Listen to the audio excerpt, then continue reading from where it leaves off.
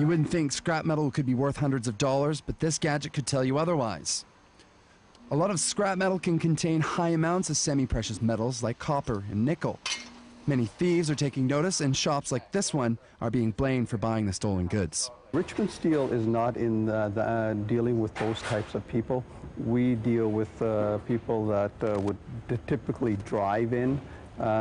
We do deal with smaller vendors, and the reason a lot of the shopping cart guys do not want to do business with us is because they want to be paid in cash, and Richmond Steel does not pay its customer or suppliers with cash.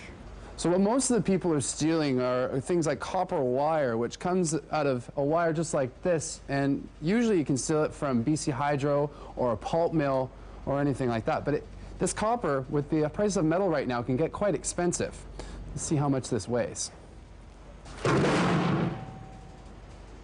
So at $1.50 a pound for copper, and 163 pounds, that's $250.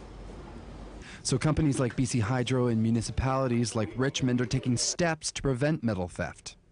Through a new bylaw, the municipality will compel recyclers to hold materials for at least a week and collect the identities of those cashing in. The bylaw people have looked from time to time, and they kind of know the sources of where a lot of the stuff has gone.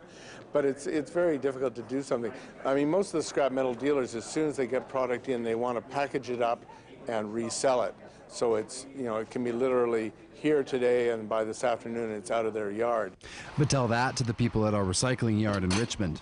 There's a big range of companies that are in the metal recycling industry now. They're multinational corporations like Richmond Steel, which is a part of the Sims Group, and then there's a one-man show across the street from us with basically a warehouse, forklift, and he's got $50,000, and we got $10 million invested in our business.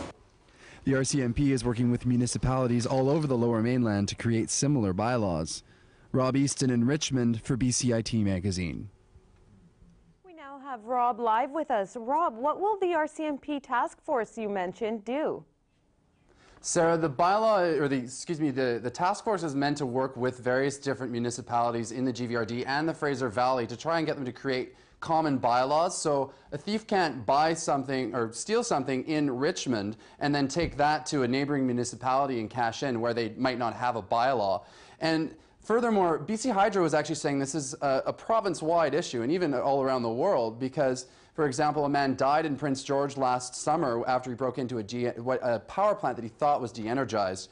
So expect more working throughout the province on stuff like this. Back to you.